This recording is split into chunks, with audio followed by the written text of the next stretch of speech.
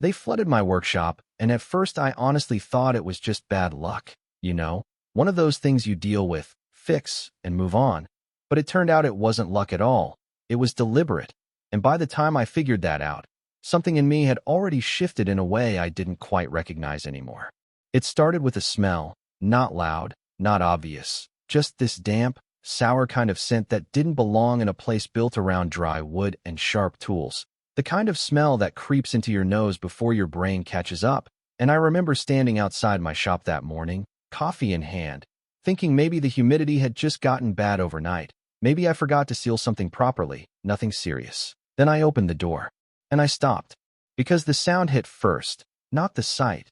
That soft, sloshing ripple under my boots, like stepping into a shallow creek. And I just stood there for a second, not moving, not breathing. Like if I didn't acknowledge it, it wouldn't be real, but it was real. Water, ankle deep, spread across my entire workshop floor. I walked in slowly, feeling it soak through my jeans, and I could already see what it meant before I even looked closely. My table saw, the one I'd saved up for nearly a year to buy, sat there with this thin orange crust forming along the edges, my hand planes, lined up carefully the night before, now dull, spotted, ruined, and the lumber, God, the lumber, months of drying, selecting, shaping, all of it warped, swollen, useless. You don't just lose tools in a moment like that. You lose time, you lose patience, you lose pieces of yourself you didn't realize you'd invested into every cut and every joint. I remember letting out this laugh, but it wasn't funny. It was that kind of hollow sound you make when something is too much to process all at once. And then I just stood there in the middle of it, water around my boots, trying to figure out how something like this even happens overnight. At first I went through all the normal explanations. Maybe a pipe burst, maybe the roof leaked, maybe some freak drainage backup from the road. I spent that whole morning checking everything, crawling under the building, tracing lines, looking for anything that made sense, but nothing did. And that's when the frustration started to creep in, slow and steady, like the water itself. Because when something doesn't make sense, you start looking harder, digging deeper, and sometimes you find things you wish you hadn't. By late afternoon, I noticed something odd out back, a stream, not natural, not something that had ever been there before, cutting through the edge of my property, shallow but steady, moving with purpose, and I followed it. Step by step, boots still wet, jeans stiff from drying mud, I walked along that narrow path of water as it wound its way beyond my fence line. And the further I went, the clearer it became that this wasn't some accident. The ditch was clean, too clean, freshly dug, edges sharp, soil still loose, like someone had been out there recently with equipment, and then I saw where it led. Straight into a larger drainage channel, one that fed directly from the neighboring development up the hill, a gated community, the kind with manicured lawns, security booths, and a golf course so green it almost looked fake under the sun. I'd lived next to that place for years, kept to myself mostly, never had much interaction with them beyond the occasional wave to a groundskeeper. But standing there, looking at that connection between their drainage system and my flooded shop, I felt something click into place. It wasn't random. It wasn't natural. It was intentional. That realization didn't hit like a punch. It settled in slower than that, heavier, like something dropping into your chest and staying there. I went home that night covered in mud and questions, and I started making calls. County office, zoning department, anyone who might know something about recent changes to the area. And at first, nobody gave me anything useful, just the usual runaround, transfers. We'll look into it kind of responses, but eventually, one guy, sounded tired, probably near the end of his shift, let something slip. He mentioned a recent drainage optimization project tied to the golf course, something about improving runoff efficiency after heavy rains, keeping the greens playable year-round, and I remember asking him, "Where does that runoff go?" There was a pause, just long enough to tell me he already knew the answer. And then he said, "Depends on the grading. Lower elevation properties usually take the overflow." Lower elevation. That was me. I hung up the phone and just sat there in my kitchen, staring at the wall, letting it sink in. They had redirected their excess water onto my land. Not by accident, not as a side effect, as part of a plan. And suddenly, all the confusion from that morning turned into something much sharper. Anger, sure, but also clarity, Because now I knew this wasn't something I could just fix with a pump and some repairs. This was a choice someone had made, and choices like that come with consequences, whether people expect them or not. I just didn't know yet what those consequences were going to look like, but I had a feeling they weren't going to like it. I didn't sleep much that night, not because I was panicking, but because my brain wouldn't let it go. It kept replaying everything: the water, the ditch, that guy on the phone, and underneath all of it was this quiet, steady realization that somebody, somewhere, had decided my property was expendable, and that didn't sit right with me. I've always been the kind of person who keeps to himself, fixes his own problems, doesn't go looking for trouble, but I also don't ignore it when trouble shows up at my door, especially when it comes uninvited and wrecks something I built with my own hands. So the next morning, I cleaned up as best I could, drained what water I could push out, and then I made a decision. I was going to talk to them directly. The HOA office sat just past the entrance gate of that community, a neat little building with trimmed hedges and a flag out front. Everything about it screamed order and control, and as I walked in, still smelling faintly of damp wood and rust, I could already feel the contrast between their world and mine. A receptionist greeted me with that practiced smile, the kind that doesn't quite reach the eyes, and I told her I needed to speak with whoever was in charge of property decisions, specifically drainage. She hesitated for half a second, then picked up the phone, and a few minutes later, a man came out to meet me. Mid-50s maybe, clean shirt, confident posture, the kind of guy who's used to being listened to. He introduced himself as Daniel Mercer, president of the HOA board. We shook hands, his grip firm, controlled, and he gestured for me to follow him into his office.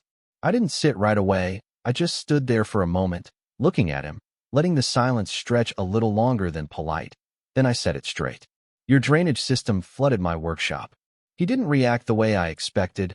No surprise, no concern, just a small nod, like he'd been waiting for someone to show up and say that exact sentence. He leaned back slightly in his chair and said, calm as could be, our recent improvements are fully within community guidelines. I remember letting out a short breath through my nose, not quite a laugh. I don't live in your community, I said. He shrugged, almost casually. Water flows where gravity takes it. It's not personal. That line stuck with me. Not personal. Like the damage to my livelihood, my tools, my time, was just physics doing its job. I stepped closer to his desk, resting my hands on the edge, and said, a little more quietly this time, you redirected it. He didn't deny it. That was the part that really got me. No denial, no attempt to soften it, just a slight tilt of his head, and we optimized our system to protect community assets. I stared at him for a second, trying to decide if he actually believed what he was saying or if this was just how he operated. And then he added, almost as an afterthought, it's just water. You'll be fine. That was the moment something shifted from frustration into something colder, more focused, because when someone dismisses you like that, reduces your loss to something trivial, it stops being about fixing a problem and starts being about correcting a mindset. I straightened up, nodded once, and said, all right. Just that. Then I turned and walked out. No yelling, no threats, because I'd already started thinking. On the drive home, pieces started falling into place, things I hadn't considered in years, like that pond.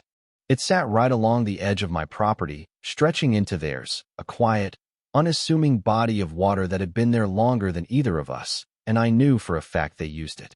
I'd seen the sprinkler system running early in the mornings, watched the mist rise over their perfectly cut greens, and I'd never really thought much about it, because as far as I knew, it was just something my dad had agreed to a long time ago, back when the development was first being built. A handshake deal, that's what he used to call it. No paperwork, no contracts, just an understanding between neighbors.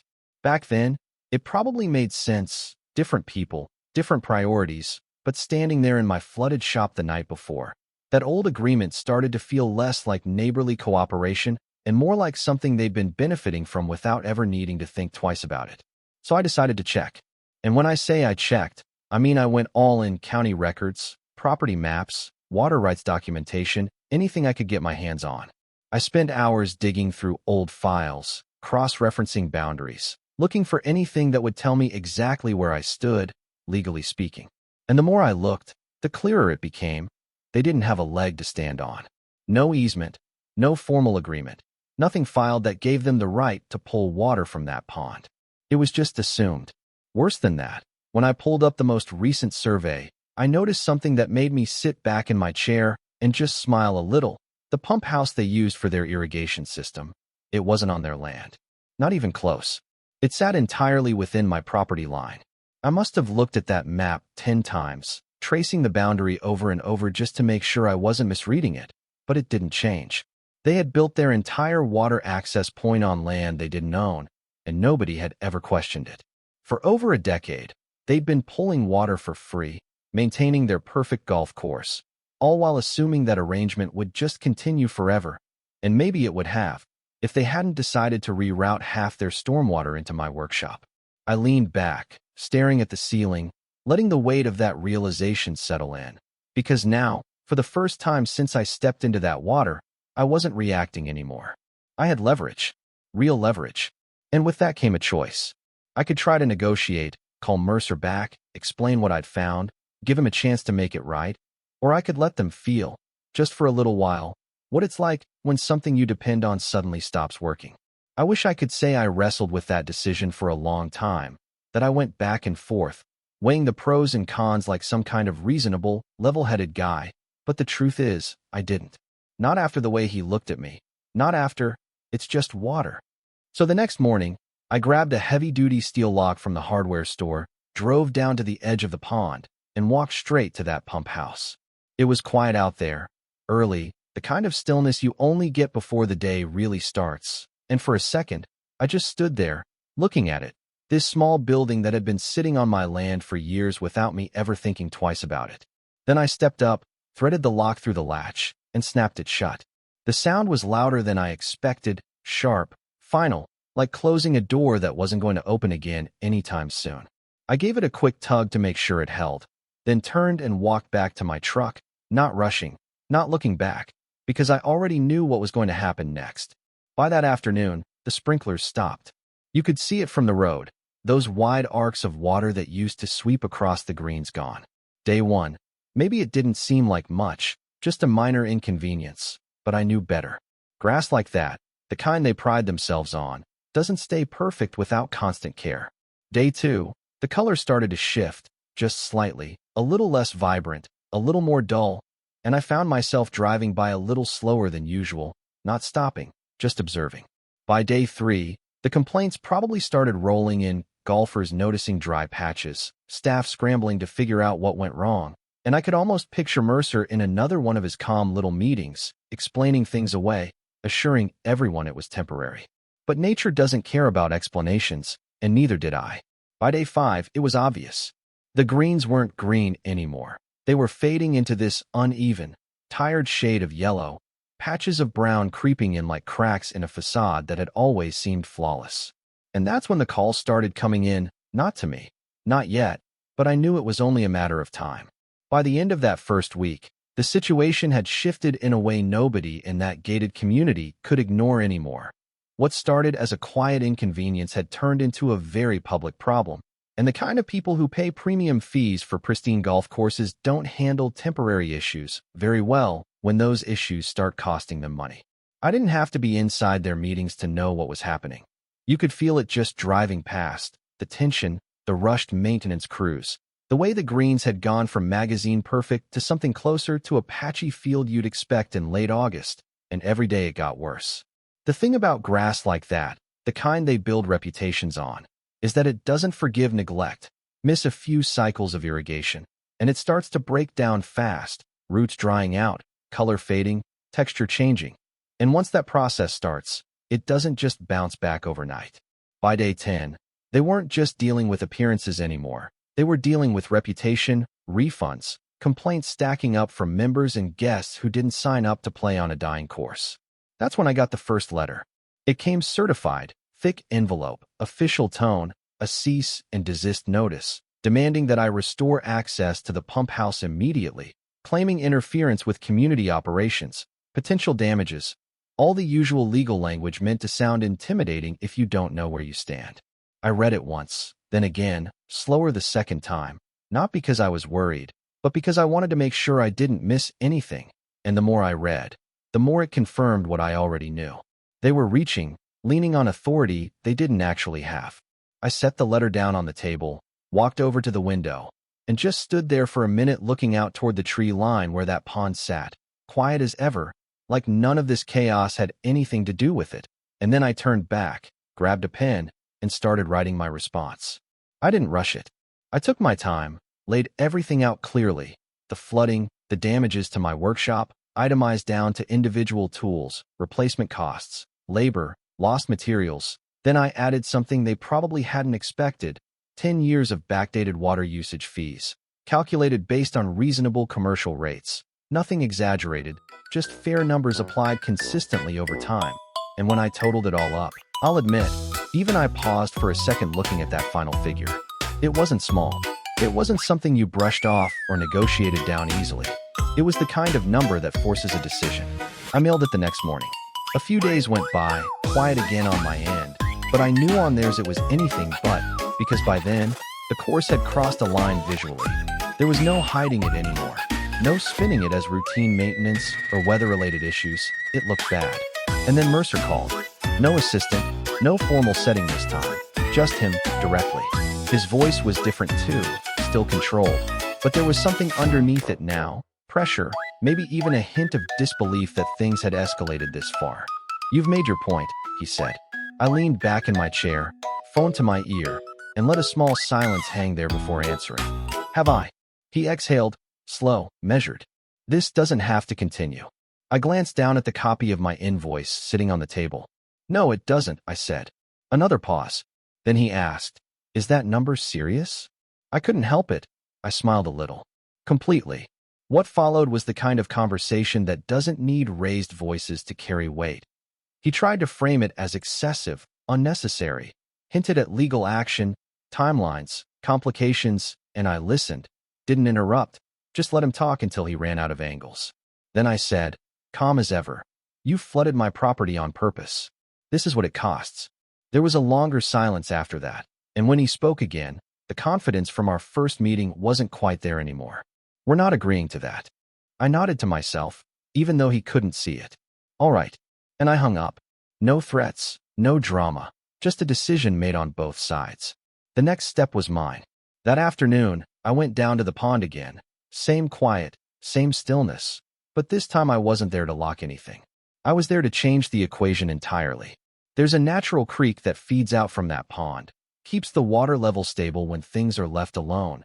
Over the years, it had been subtly managed, adjusted to hold more water than it naturally would, enough to support their irrigation demands without anyone really noticing the difference. But standing there, looking at it now, I realized something simple. What had been adjusted could be unadjusted.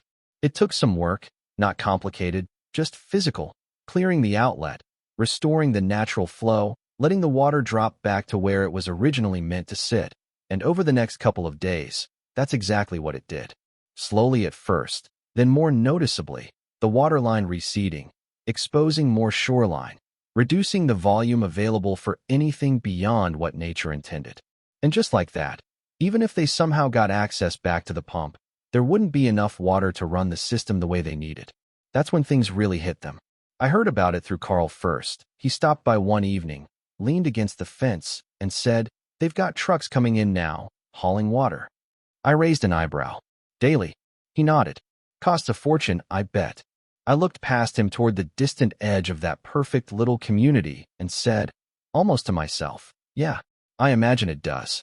Weeks turned into a month, then 2, and the situation didn't improve for them. It stabilized at a cost they couldn't sustain forever. You can throw money at a problem for a while, but when that problem is rooted in something structural, something you can't just patch over, eventually you run out of patience or budget. It was just over 3 months after that first morning in my flooded workshop when Mercer showed up at my door. No office, no desk between us this time, just the two of us standing on my porch. He looked tired, not worn down completely, but enough that you could see the difference. "We're ready to resolve this," he said. I crossed my arms, not aggressively, just waiting. He handed me a folder. Inside was everything: agreements, terms, signatures already in place from their side. They would rebuild my workshop fully, better than it was before. Replace every tool, not with the cheapest options, but equivalent or better. cover all material losses, and most importantly, a formal 25-year lease for water access, paid annually in advance, with clear terms, clear boundaries, and penalties if they missed a payment. I flipped through the pages slowly, not rushing, letting the moment breathe a little. Then I looked up at him. And the drainage? He nodded once. Redirected. Permanently. I held his gaze for a second longer, then closed the folder. All right. That was it. No handshake this time. Just signatures. It took a few more weeks for everything to be completed, construction crews rebuilding the workshop from the ground up, new tools arriving one by one. That familiar smell of fresh cut wood returning, cleaner, sharper than before. And the first morning I stepped back inside that new space, I just stood there for a while, breathing it in. Not because of what I'd won, but because of what it had taken to get there. These days, if you drive past that golf course, you'd never know anything happened. The greens are back to perfect. The sprinklers run like clockwork. Everything looks exactly the way it's supposed to on the surface, but I know better. Because every drop of water that keeps it that way runs through something they don't control anymore. And I don't think Mercer will ever say, it's just water again. Now here's the thing. Some people hear a story like this and think it's about revenge, about getting even, maybe even going too far. Others see it as standing your ground when someone bigger decides you don't matter. So I'm curious, what would you have done in my place? Would you have handled it differently, tried to settle it before things escalated? Or do you think some lessons only stick when they cost something real? Let me know in the comments, because honestly, I still think about that question myself.